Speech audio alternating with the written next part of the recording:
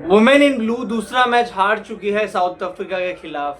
148 run, सिर्फ 148 run, जहां पे लग रहा था कि टीम इंडिया 170 175 बना सकती है पावर प्ले के बाद, वो बना नहीं पाई और 17 बॉल पहले साउथ अफ्रीका ने चेस कर लिया। इस T20I सीरीज में 2-0 से आगे हो चुकी है अब साउथ अफ्रीका। बस अब एक और मैच जीतना है सीरीज को सील करने के लिए। जिस तरीके से साउथ अफ्रीका खेल रही है, लग तो यही रहा है कि तीसरे मैच में हो जाएगा, क्योंकि टीम इंडिया अभी तक सिर्फ पावर प्ले का जो ओवर होता है ना, उसके अलावा किसी भी और डिपार्टमेंट में नजर ही नहीं आ रही है। और पावर प्ले में भी हम 2 विकेट्स गिरा देते हैं, पूरा पावर प्ले भी डोमिनेट नहीं कर पाते कि 6 के 6 ओवर हम डोमिनेट कर रहे हैं।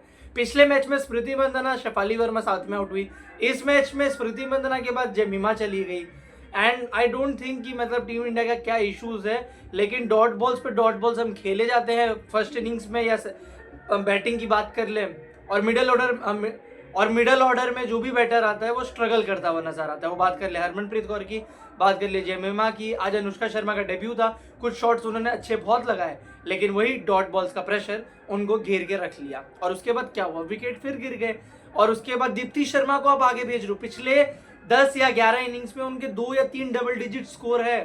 एंड ऋचा घोष के ऊपर आई डोंट थिंक मतलब क्या डिसीजन वो बनाता है।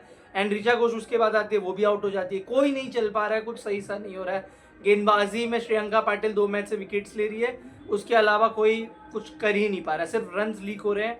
एंड साउथ अफ्रीका की तारीफ करनी पड़ेगी कि लॉरा वुलवर्ड जिस तरीके से फॉर्म में है, ओपनिंग ही आपका गेम खत्म करके चली जाते हैं एक तरीके से आप देखोगे तो। ओपनिंग पैर के पास बस फॉर्मेलिटीज बाकी रहती है। एंड वही चीज अब टीम इंडिया के लिए कंसर्न बनता हुआ नजर आ रहा है। अब टीम इंडिया के ऑप्शंस क्या है, टीम इंडिया क्या कर सकती है आने वाले मैच में। 3 मैच बाकी, आप चाहोगे कि यहाँ से कमबैक करने की कोशिश करोगे, और बहुत इंपॉर्टेंट है क्योंकि इसके बाद आप सिर्फ इंग्लैंड सीरीज खेलोगे एंड उसके बाद वर्ल्ड कप। तो इंपॉर्टेंट ये है कि आपका जो प्लेइंग 11 है वो तो पहले बने। दीप्ति शर्मा ना गेंदबाजी में कर पा रही है, ना बल्लेबाजी में कर पा रही है। क्रांति गौड़ के लिए बहुत इंपॉर्टेंट मुकाबला था, अब वो भी नहीं कर पा रही है। अब काशवी गौतम को पिछले मैच में आपने खिलाया था क्रांति गौड़ के बदले, कि वो बैटिंग में भी आपको कुछ दे दे और गेंदबाजी में भी दे दे। तो too much of questions, but अभी आंसर्स दिख नहीं रहे हैं। और मैं वापस कह दूं, जो भी ये वीडियो देख रहे हैं, हमें ना कभी फॉर्मेट मिक्स नहीं करना चाहिए। हम वनडे में चैंपियन बने, वनडे वर्ल्ड कप हमने जीता है, लेकिन T20 जो पिछला हमने खेला था उसमें हम ग्रुप स्टेज से बाहर हुए थे। तो हमें वो ध्यान रखना होगा एंड उस हिसाब से देखना होगा कि इस T20 वर्ल्ड कप में पहला हमारा एम है टॉप 4 में जाना, राइट। तो हमें देखना होगा कि हम क्या कॉम्बिनेशन खिला रहे हैं। श्रेयंका पाटिल ठीक कर रही गेंदबाजी में, लेकिन दीप्ति शर्मा को स्टेप इन करना पड़ेगा।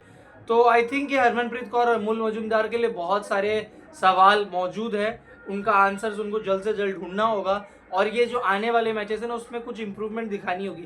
और पहला बेसिक तो यही है कि डॉट बॉल्स कम खेलो, ये आपके कंट्रोल फैक्टर्स में है।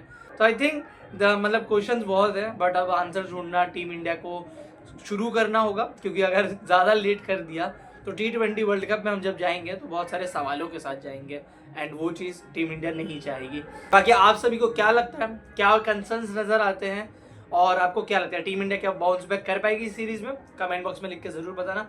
अगर पसंद आता है तो प्लीज़ लाइक, शेयर और सब्सक्राइब जरूर कर दीजिएगा, एंड चैनल पे इसी तरीके से बने रहिएगा। Thank you so much.